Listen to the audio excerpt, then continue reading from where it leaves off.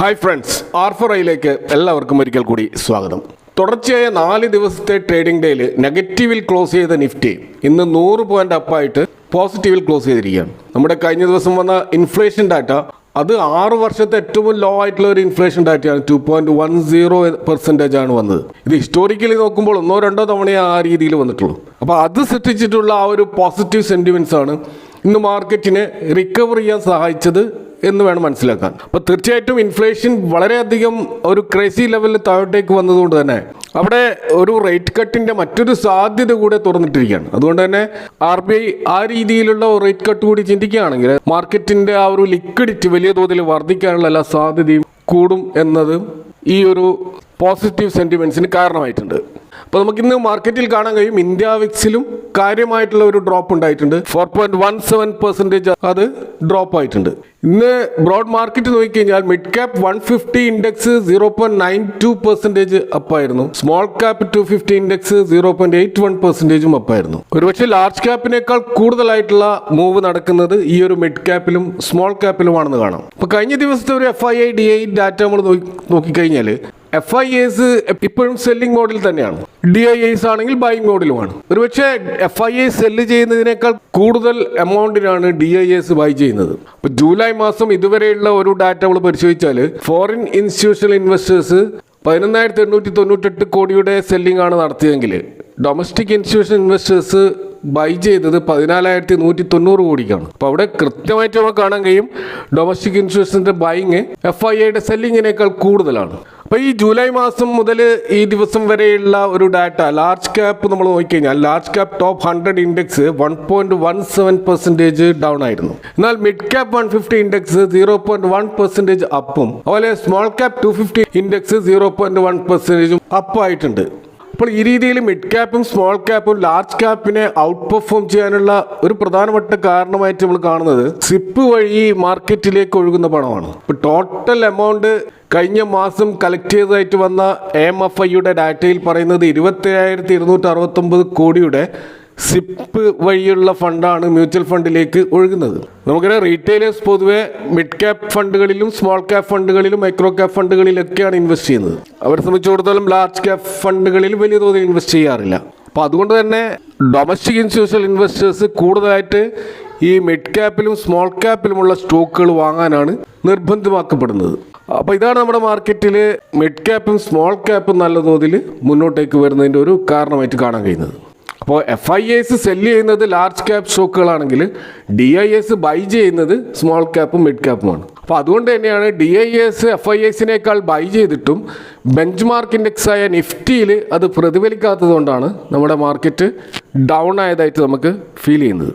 മാർക്കറ്റിൽ കാണുന്ന മറ്റൊരു പ്രധാനപ്പെട്ട ഒരു വാർത്ത ജെയിൻ സ്ട്രീറ്റുമായി ബന്ധപ്പെട്ടതാണ്. നമുക്കറിയാം ജെയിൻ സ്ട്രീറ്റ് കഴിഞ്ഞ ആഴ്ചയിൽ അതുണ്ടാക്കിയ ഒരു വിവാദം, അതുമായി ബന്ധപ്പെട്ട് ക്യാപിറ്റൽ മാർക്കറ്റിലുണ്ടായ ഇടിവിൽ നമുക്കറിയാം BSE ലാസ്റ്റ് ഫ്രൈഡേ അതിൻ്റെ പ്രൈസ് 2,370 വരെ താഴോട്ടേക്ക് പോയിരുന്നു. എന്നാൽ ഇന്ന് നമ്മൾ BSEയുടെ ആ ഒരു പ്രൈസ് നോക്കിക്കഴിഞ്ഞാൽ അത് 2,552 എത്തിയിരിക്കുകയാണ്. ഇതേപോലെ തന്നെ നൊവാമയുടെ പ്രൈസും അന്ന് 7,300 താഴ്ന്നിരുന്നു. അതിപ്പോൾ 7,500 തിരിച്ചു വന്നതായിട്ടും കാണാം. അപ്പോൾ ഈ 2 സ്റ്റോക്കുകൾ കൂടാതെ തന്നെ CDSL പോലെയുള്ള മറ്റ് മാർക്കറ്റ് പാർട്ടിസിപ്പൻറ്റ് സ്റ്റോക്കുകളൊക്കെ നമുക്കറിയാം അതൊക്കെ ഉൾപ്പെടുന്ന നിഫ്റ്റിയിലെ ക്യാപിറ്റൽ മാർക്കറ്റ് ഇൻഡെക്സ് അതിൽ 15 സ്റ്റോക്കുകളുണ്ട്. ആ ഇൻഡെക്സ് ഇന്ന് 2.1% മുകളിലേക്ക് പോയതായിട്ട് കാണാം. അപ്പോൾ ഇന്ന് ഏറ്റവും അധികം മുന്നേറ്റം നടത്തിയ സെക്ടർ ഈ ഒരു ക്യാപിറ്റൽ മാർക്കറ്റ് ഇൻഡെക്സ് ആണ്. ഓട്ടോയും ഫാർമയും ഹെൽത്ത് കെയറും നല്ല മൂവ് ഇന്ന് ദൃശ്യമായിരുന്നു. എങ്കിലും ഏറ്റവും കൂടുതലായിട്ട് മുന്നോട്ട് പോയത് 2% അപ്സൈഡ് പോയത് ഈ ഒരു ക്യാപിറ്റൽ മാർക്കറ്റ് ഇൻഡെക്സ് ആണ്. അപ്പോൾ ഈ ജെയിൻ സ്ട്രീറ്റുമായി ബന്ധപ്പെട്ടിട്ടുള്ള ആ ഒരു വിവാദത്തിൽ സെബി ഇപ്പോൾ ഒരു തീരുമാനം എടുത്തിരിക്കുകയാണ്. അപ്പോൾ ജെയിൻ സ്ട്രീറ്റ് സെബിക്ക് സമർപ്പിച്ച റിക്വസ്റ്റിൽ അവരുടെ ആ ഒരു റെസ്ട്രിക്ഷൻ എടുത്തു കളയണമെന്നും അവരെ ട്രേഡ് ചെയ്യാൻ അനുവദിക്കണമെന്നുമുള്ള റിക്വസ്റ്റ് ഉണ്ടായിരുന്നു. ആ റിക്വസ്റ്റിന്മേൽ ഒരു തീരുമാനമെടുത്തുകൊണ്ട് സെബി ഇപ്പോൾ ചില കണ്ടീഷണൽ റെസ്ട്രിക്ഷൻസ് വെച്ചുകൊണ്ട് അവരെ വീണ്ടും മാർക്കറ്റിലേക്ക് തിരിച്ചു കൊണ്ടുവന്നിരിക്കുകയാണ്. അപ്പോൾ ജെയിൻ സ്ട്രീറ്റിനെ ബാൻ ചെയ്ത ആ ഒരു ആഴ്ചയിലുണ്ടായ നിഫ്റ്റിയുടെ എക്സ്പയറി ഡേയിൽ ആ F&O മാർക്കറ്റിലെ വോളിയം അത് കഴിഞ്ഞ 4 മാസത്തെ ഏറ്റവും ലോ വോളിയമായിട്ട് കുറഞ്ഞിരുന്നു.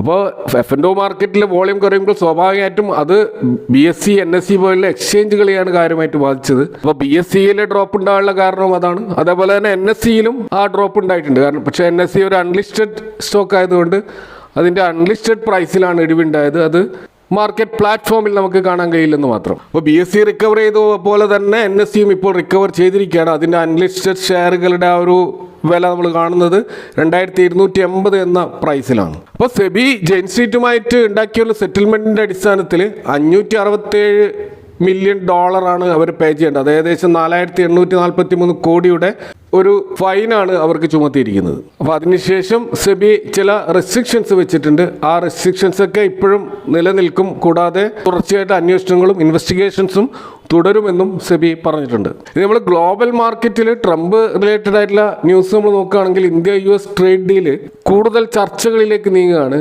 4 ദിവസത്തെ ഒരു ഡിസ്കഷൻ അതിനു വേണ്ടിയിട്ട് ഇന്ത്യയിൽ നിന്നുള്ള കൊമേഴ്സ് മിനിസ്ട്രി ടീം അമേരിക്കയിൽ നെഗോഷിയേഷൻ സ്റ്റാർട്ട് ചെയ്തിരിക്കുകയാണ്. അപ്പോൾ ഒരു ഇൻ്ററിം ട്രേഡ് ഡീലിലേക്ക് തീർച്ചയായിട്ടും ഈ ഒരു നെഗോഷിയേഷനിൽ കൂടെ എത്തുമെന്ന് തന്നെയാണ് പൊതുവെ പ്രതീക്ഷിക്കുന്നത്. ഇത് കൂടാതെ തന്നെ ഇപ്പോൾ ട്രംപിൻ്റെ മറ്റൊരു ഭീഷണി റഷ്യക്കെതിരെ നിലനിൽക്കുന്നതായിട്ട് കാണാം. 100% ഒരു താരിഫ് റഷ്യക്കെതിരെ ചുമത്തുമെന്നാണ് ട്രംപ് ഭീഷണിപ്പെടുത്തിയിരിക്കുന്നത്. അപ്പോൾ അതുപോലെ റഷ്യയിൽ നിന്ന് ഓയിൽ വാങ്ങുന്ന രാജ്യങ്ങൾക്കെതിരെ സെക്കൻഡറി സാങ്ഷൻസ് ഏർപ്പെടുത്തുമെന്നും ട്രംപ് ഭീഷണിപ്പെടുത്തിയിട്ടുണ്ട്. അപ്പോൾ ഇന്ത്യയും ചൈനയും ഒക്കെയാണ് പ്രധാനമായിട്ട് റഷ്യയിൽ നിന്ന് ഓയിൽ വാങ്ങുന്നത്. അപ്പോൾ തീർച്ചയായിട്ടും ഇവിടെ നമുക്ക് കാണാൻ കഴിയുന്നത് ഒരു പ്രഷർ ടാക്ടിക്സ് ആണ്. ട്രേഡിംഗ് പാർട്ട്നേഴ്സിനെ സമ്മർദ്ദത്തിലാക്കിക്കൊണ്ട് യുക്രൈൻ റഷ്യ വാറിൽ ഒരു തീരുമാനമാക്കുക എന്നതാണ് ട്രംപിൻ്റെ ലക്ഷ്യം. എന്നാൽ ചൈന ഇതിനെതിരെ പ്രതികരിച്ചത് കാണാം. ഇതൊരു ഭീഷണിയാണെന്നും ഇത്തരം ടാക്ടിക്സുകൾ വില പോവില്ലെന്നും പറഞ്ഞിരിക്കുകയാണ്. അപ്പോൾ ട്രംപ് ഈ ഒരു ഉക്രൈൻ റഷ്യ വാറിൻ്റെ ഒരു കോൺഫ്ലിക്റ്റ് തീർക്കാൻ വേണ്ടിയിട്ട് 50 ദിവസത്തെ സമയമാണ് അനുവദിച്ചിരിക്കുന്നത്. ഏതായാലും ട്രംപിൻ്റെ ഇത്തരത്തിലുള്ള ഭീഷണികളും പ്രഷർ ടാക്ടിക്സും പൊതുവെ മാർക്കറ്റിന് പരിചിതമായതുകൊണ്ട് തന്നെ ഇപ്പോൾ അത് വലിയ തോതിലുള്ള ഇമ്പാക്റ്റ് മാർക്കറ്റിൽ ഉണ്ടാക്കുന്നില്ല എന്നാണ് നമുക്ക് കാണാൻ കഴിയുന്നത്. ഇപ്പോൾ സ്റ്റോക്ക് മാർക്കറ്റ് ഇപ്പോൾ ഒരു റേഞ്ച് ബൗണ്ടിൽ നീങ്ങുന്നത് കൊണ്ട് തന്നെ വാല്യൂ ബേസ്ഡ് ആയിട്ടുള്ള ഇൻവെസ്റ്റ്മെന്റ് ചെയ്യുന്നവരെ സംബന്ധിച്ചിടത്തോളം പൊതുവെ നോക്കാറുള്ളത് ഫണ്ടമെന്റലി സ്ട്രോങ് ആയിട്ടുള്ള സ്റ്റോക്കുകൾ കണ്ടെത്താൻ ശ്രമിക്കുകയാണ് ചെയ്യുക. അപ്പോൾ അതിനുവേണ്ടി പല പാരാമീറ്റേഴ്സും ഉപയോഗിക്കാറുണ്ട്, പല ഇൻഡിക്കേറ്റേഴ്സും ഉപയോഗിക്കാറുണ്ട്. അതിലൊരു പ്രധാനപ്പെട്ട ഇൻഡിക്കേറ്ററാണ് പെട്രോസ്കി സ്കോർ എന്ന് പറയുന്ന ഇൻഡിക്കേറ്റർ. അപ്പോൾ ഈ ഒരു സ്കോർ 0 to 9 വരെ ഉണ്ട്. 9 ആണ് ഏറ്റവും ടോപ്പ് ആയിട്ടുള്ള സ്കോർ. അപ്പോൾ ആ ഒരു 9 സ്കോർ കിട്ടുന്ന സ്റ്റോക്ക് എന്ന് പറയുന്നത് അത് ബെറ്റർ ഫൈനാൻഷ്യൽ സ്ട്രെങ്ത് കാണിക്കുന്ന ഒരു സ്റ്റോക്കായിട്ടാണ് പൊതുവെ വിലയിരുത്താറുള്ളത്. ഇപ്പോൾ പെട്രോസ്കി സ്കോർ എന്ന് പറയുന്ന ഈ ഒരു ഫൈനാൻഷ്യൽ ടൂള് സ്റ്റാൻഫോർഡിൻ്റെ അക്കൗണ്ട് പ്രൊഫസറായിട്ടുള്ള ജോസഫ് പെട്രോസ്കിയെ അദ്ദേഹത്തിൻ്റെ പേരിലാണ് ഇത് അറിയപ്പെടുന്നത്. ഈ ഒരു സ്കോറ് കണ്ടെത്താൻ വേണ്ടി ആ കമ്പനിയുടെ ഫൈനാൻഷ്യൽ ഫണ്ടമെൻ്റൽസും അതിൻ്റെ consistent revenue, profit, healthy cash flow, strong market positioning ഇത്തരം കാര്യങ്ങളൊക്കെ പരിശോധിച്ചുകൊണ്ടുള്ള ഒരു സ്കോറാണത്. അപ്പോൾ ഇത് പൊതുവെ കൺസർവേറ്റീവ് ആയിട്ടുള്ള അല്ലെങ്കിൽ ലോങ് ടേം ഇൻവെസ്റ്റേഴ്സിനും വാല്യൂ ഇൻവെസ്റ്റേഴ്സിനും ഒക്കെ ഫോളോ ചെയ്യാൻ പറ്റുന്ന ഒരു സ്കോറായിട്ടാണ് പൊതുവെ മാർക്കറ്റ് വിലയിരുത്താറുള്ളത്. അപ്പോൾ അത്തരത്തിൽ നമുക്ക് ചില മിഡ് ക്യാപ് സ്റ്റോക്കുകൾ പെട്രോസ്കി സ്കോർ 9 ഉള്ള ചില സ്റ്റോക്കുകൾ കാണാം. അതിലൊന്ന് GE Vernova T&D India Limited ആണ്. ഈ സ്റ്റോക്കിൻ്റെ PE ഇപ്പോൾ 96 എന്ന ലെവലാണ്. ഇൻഡസ്ട്രി P 59ഉം 3 ഇയേഴ്സിൻ്റെ P 186ഉം ആണ്. എന്നാൽ ROCE 53ഉം ROE 40ഉം കാണിക്കുന്ന ഒരു സ്റ്റോക്കാണിത്. 0 ഡെറ്റ് കമ്പനി ആയിട്ടാണ് നമുക്കിത് കാണാൻ കഴിയുക. മറ്റൊരു സ്റ്റോക്ക് ഗില്ലറ്റ് ഇന്ത്യ ആണ്. ഇതും പെട്രോസ്കി സ്കോർ 9 ഉള്ള ഈ ഒരു സ്റ്റോക്കിൻ്റെ PE ഇപ്പോൾ 60 ആണ്. 3 ഇയർ P 57ഉം ഇൻഡസ്ട്രി P 59ഉം ആണ്. ഡെറ്റ് ടു ഇക്വിറ്റി റേഷ്യോ 0 ആണ്. ROCE 58ഉം ROE 42ഉം കാണിക്കുന്ന മറ്റൊരു സ്റ്റോക്കാണിത്. മറ്റൊരു സ്റ്റോക്ക് നമ്മൾ കാണുന്നത് AWL അഗ്രി ബിസിനസ് ലിമിറ്റഡ് ആണ്. ഇതിൻ്റെ PE ഇപ്പോൾ 29ഉം 3 ഇയർ P 97ഉം ആണ്. ഇൻഡസ്ട്രി P 29ഉം ആണ്. ROCE 20ഉം ROE 13ഉം കാണിക്കുന്ന ഈ സ്റ്റോക്കിൻ്റെ ഡെറ്റ് ടു ഇക്വിറ്റി റേഷ്യോ 0.21 ആണ്. അപ്പോൾ 9 സ്കോറുള്ള മറ്റൊരു സ്റ്റോക്ക് കാണുന്നത് multi commodity exchange India limited ആണ്. ഇതിൻ്റെ PE 75ഉം 3 ഇയർ PE 67ഉം ഇൻഡസ്ട്രി P 75ഉം ആണ്. ROCE 42ഉം ROE 34ഉം കാണിക്കുന്ന ഈ stock debt to equity ratio 0 ആണെന്ന് കാണാം. മറ്റൊരു സ്റ്റോക്ക് KPIT ടെക്നോളജീസ് ലിമിറ്റഡ് ആണ്. ഇതിൻ്റെ PE 42ഉം 3 ഇയേഴ്സ് മീഡിയം P 66ഉം ഇൻഡസ്ട്രി P 29ഉം ആണ്. ROCE 40ഉം ROE 33ഉം കാണിക്കുന്ന ഈ സ്റ്റോക്കിലും ഡെറ്റ് ടു ഇക്വിറ്റി റേഷ്യോ 0.12 എന്ന ലെവലാണ്. പാരാമീറ്റേഴ്സ് ഞാനിവിടെ പറഞ്ഞെങ്കിൽ ഇതിൽ നമുക്ക് കാണാൻ കഴിയുന്നത് പെട്രോസ്കി സ്കോർ 9 ആണെങ്കിലും പല സ്റ്റോക്കുകളുടെയും വാല്യുവേഷൻ വളരെ ഹൈ ആണ്. അപ്പോൾ അത് ഈ ഒരു സ്കോറിൻ്റെ ഒരു ലിമിറ്റേഷൻ ആണ്. അതുകൊണ്ട് തന്നെ സ്റ്റോക്ക് ഫണ്ടമെൻ്റലി സ്ട്രോങ് ആണെങ്കിലും ഇതിൻ്റെ ബൈങ് ലെവൽ നമുക്ക് പെട്രോസ്കി സ്കോർ വെച്ച് കണ്ടെത്താൻ കഴിയില്ല. അത് നമ്മൾ വേറെ തന്നെ കണ്ടെത്തേണ്ട ഒരു കാര്യമാണ്. അപ്പോൾ സ്റ്റോക്ക് ഓവർ വാല്യൂഡ് ആണോ അല്ലയോ എന്നുള്ളതും നമ്മൾ വേറെ തന്നെ കണ്ടുപിടിക്കേണ്ട ഒരു കാര്യമാണ്. ഇതുകൂടാതെ ഈ പെട്രോസ്കി സ്കോറിന് മറ്റൊരു ലിമിറ്റേഷൻ ഉള്ളത് അത് പ്രീവിയസ് ഇയറിലെ പെർഫോമൻസും കറണ്ട് ഇയറിലെ പെർഫോമൻസുമാണ് കമ്പയർ ചെയ്യുന്നത്. അപ്പോൾ അത് സൈക്ലിക് ആയിട്ടുള്ള സ്റ്റോക്കുകളിൽ വലിയ പ്രശ്നങ്ങൾ സൃഷ്ടിക്കും. ഉദാഹരണത്തിന് മെറ്റൽ സെക്ടർ, ഓട്ടോ സെക്ടർ എന്നൊക്കെ പറയുന്നത് ചില പ്രത്യേക കാലഘട്ടങ്ങളിൽ അത് ഡൗൺ ട്രെൻഡിലേക്ക് പോകാറുണ്ട്. അപ്പോൾ ആ സമയത്ത് പെട്രോസ്കി സ്കോർ ഈ രീതിയിൽ പ്രീവിയസ് ഇയറും കറണ്ട് ഇയറും കമ്പയർ ചെയ്യുമ്പോൾ കൃത്യമായിട്ട് ആ കമ്പനിയുടെ ഒരു ഫൈനാൻഷ്യൽ സ്ട്രെങ്ത് കണ്ടെത്താൻ ബുദ്ധിമുട്ടാണ്. ഇതേപോലെ പെട്രോസ്കി സ്കോറിൻ്റെ മറ്റൊരു ലിമിറ്റേഷൻ കാണാൻ കഴിയുന്നത് ഡെറ്റ് ബേസ്ഡ് ആയിട്ടുള്ള കമ്പനികൾ, ഇപ്പോൾ ഡെറ്റ് ഓറിയൻറ്റഡ് ആയിട്ടുള്ള കമ്പനികൾ, ഇപ്പോൾ ബാങ്കുകൾ, ഫൈനാൻഷ്യൽ ഇൻസ്റ്റിറ്റ്യൂഷൻസ്, അവിടെയൊക്കെ എപ്പോഴും ഡെറ്റ് ഇക്വിറ്റി റേഷ്യോ വളരെ ഹൈ ആയിരിക്കും. അപ്പോൾ അതുകൊണ്ട് തന്നെ അവിടെ പെട്രോസ്കി സ്കോർ കുറയാനുള്ള സാധ്യതയുണ്ട്. അത് നമുക്ക് ചില സ്റ്റോക്കുകളിൽ കാണാൻ കഴിയും. ഇപ്പോൾ ബജാജ് ഫിനാൻസിൻ്റെ പെട്രോസ്കി സ്കോർ 5 HDFCയുടേത് 5, അതുപോലെ മുത്തൂറ്റ് ഫിനാൻസിൻ്റേത് 1.